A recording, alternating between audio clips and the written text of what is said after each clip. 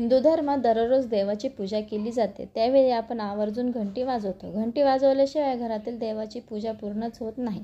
ज्योतिषशास्त्रानुसार घंटी वाजवल्याने घरातील नकारात्मक ऊर्जा दूर होते आणि सकारात्मक वातावरण तयार होते.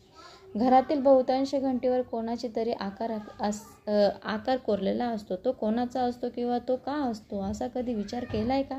अनेक लोकांना यामागचं कारणही माहिती नसेल. मंदिरे किंवा घरांमध्ये 4 प्रमुख प्रकारच्या घंट्या वापरल्या जातात, ज्या त्यांच्या खास वैशिष्ट्यांसाठी ओळखल्या जातात. पहिली गरुड घंटा, जी लहान असते आणि हाताने वाजवली जाते. दुसरी घंटा सोन्याच्या ताटासारखी पातळीची बनलेली असते. ती लाकडी गादीवर मारून वाजवली जाते. तिसरी घंटी म्हणजे मंदिराच्या प्रवेशद्वारावर टांगलेली घंटी आणि ती मोठी आणि किंवा लहान असू शकते. आणि चौथी घंटा, जिला घंटा म्हणतात, जी खूप मोठी असते, सुमारे 5 फूट लांब किंवा आणि रुंद आहे आणि तिचा आवाज अनेकांना किलोमीटरपर्यंत ऐकले जाऊ शकतात.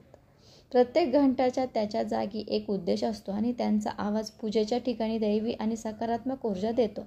आपल्या घरात वाजवली जाणारी घंटी ही गरुड घंटी आहे, त्यामुळे या घंटेवर गरुड देव असतो. हिंदू धर्मात असे मानले जाते की विश्वाची निर्मिती गरुड घंटीपासून उद्भवलेल्या दैवी परमेश्वराने केली आहे. या घंटीचा आवाज पवित्र मानला जातो, जो प्रत्येक प्रकारच्या नकारात्मक ऊर्जेचा नाश करण्यास सक्षम आहे.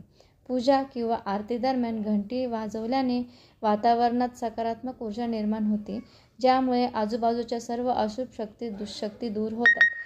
घरगुती पूजेच्या ठिकाणी वापरल्या जाणाऱ्या गरुड घंटा विशेषतः या उद्देशासाठी आहे, जे केवळ पूजेच्या वातावरणात पवित्र बनवत नाही तर घरात शांती आणि समृद्धी देखील राखते. असे मानले जाते की गरुड घंटा वापरल्याने मनुष्य मोक्ष प्राप्त करतो.